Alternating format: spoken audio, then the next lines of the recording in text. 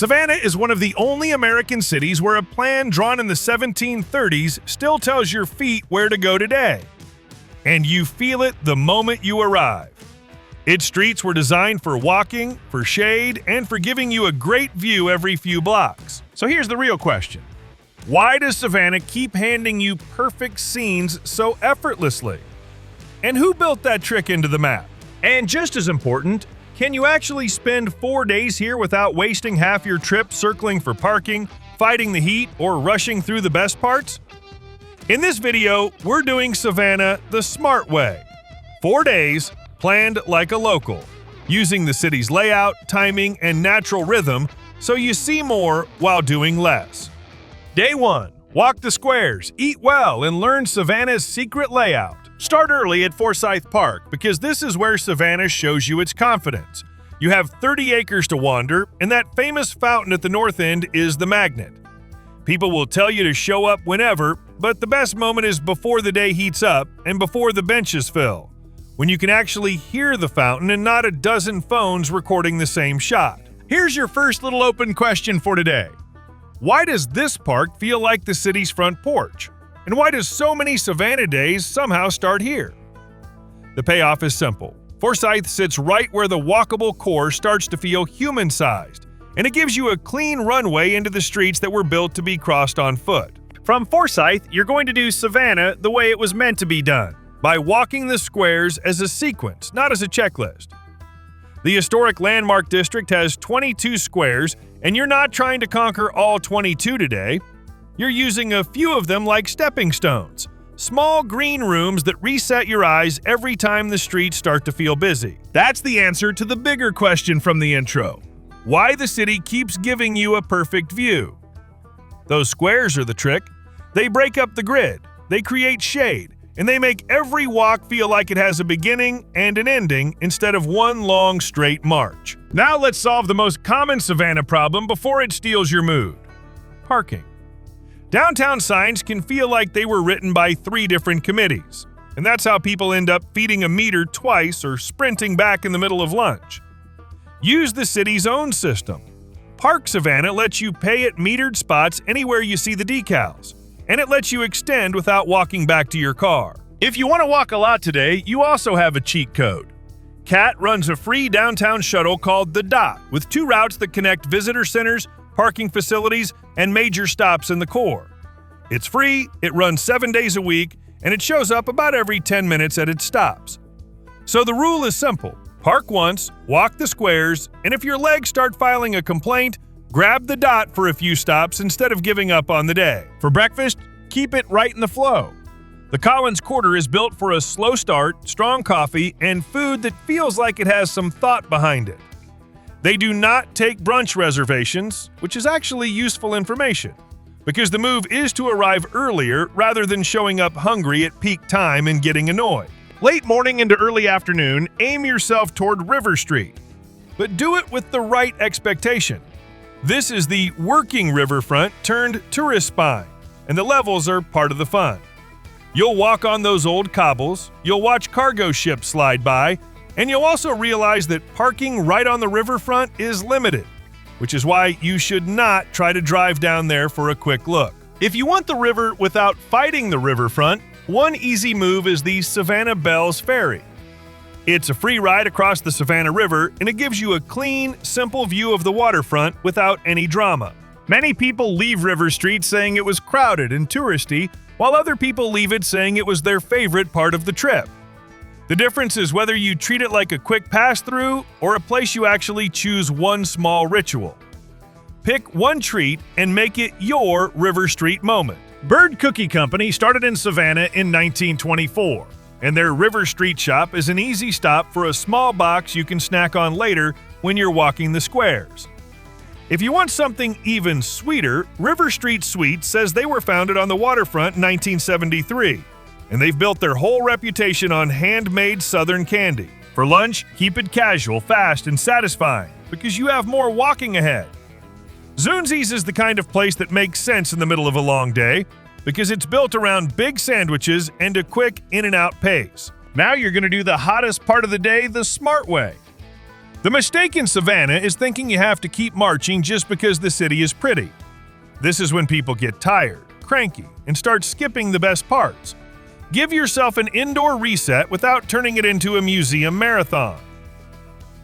The Paris Market is a 2-level shop with a cafe, and even if you buy nothing, it's the kind of place that cools you down and resets your brain for the next walk. From here, let the afternoon be flexible. If you feel like browsing, Broughton Street is Savannah's main shopping spine, and it's an easy place to drift without a hard plan.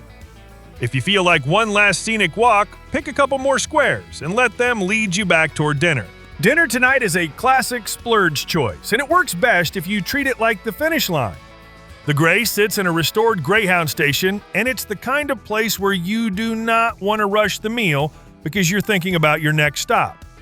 And if you want the most Savannah ending possible, close the night with Leopold's Ice Cream. It was founded in 1919, and you'll usually see a line that looks intimidating until you realize it moves with purpose. Day 2. Tybee and Fort Pulaski. Beach calm with a history punch. Day 2 is your full reset from bricks and squares into salt air and open horizon. Tybee Island is close enough to feel easy, but it can still punish you if you treat it like a casual last-minute drive.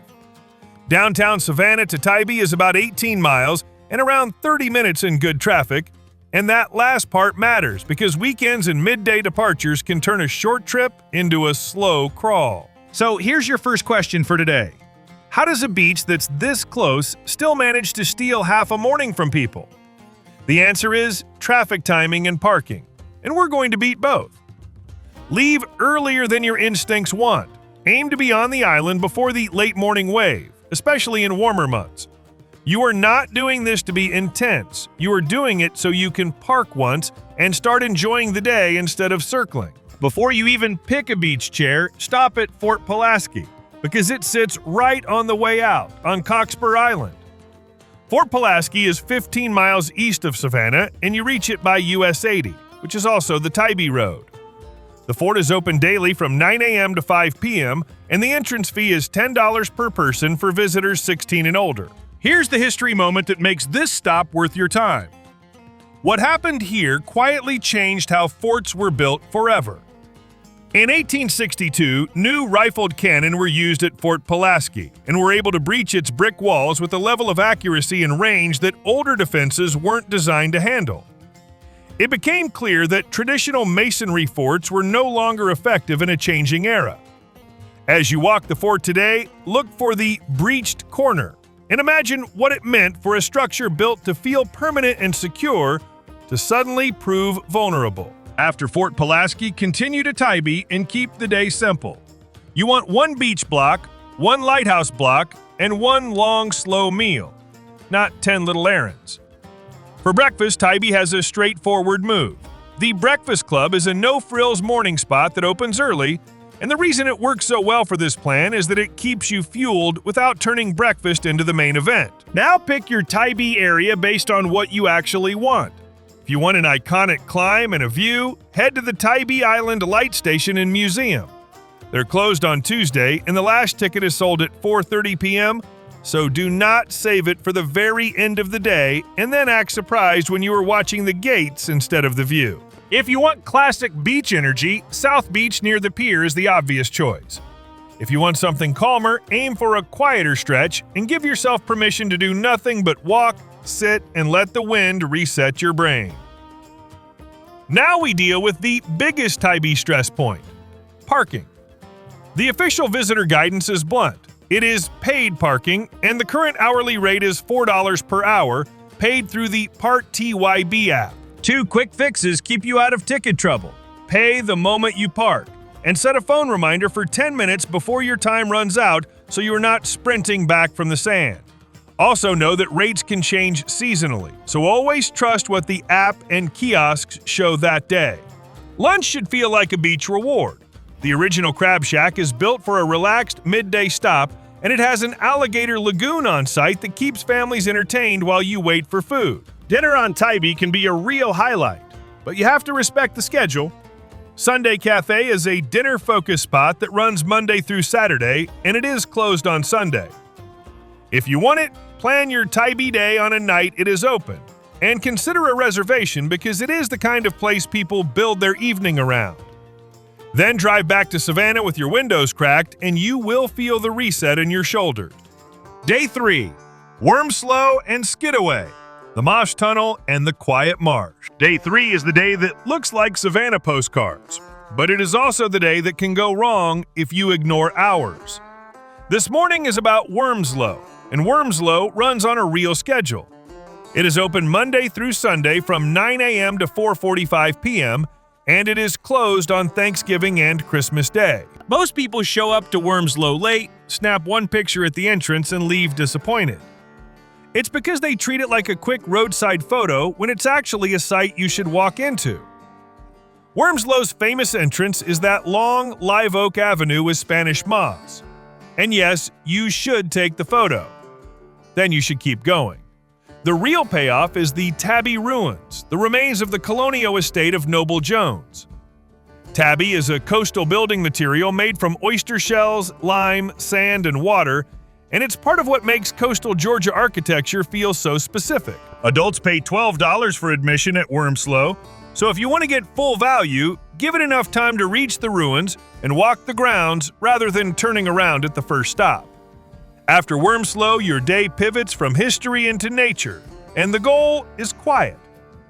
Skidaway Island State Park is about a 20-minute drive from downtown Savannah, and the park itself is open from 7 a.m. to 10 p.m., which gives you plenty of flexibility for a late afternoon walk.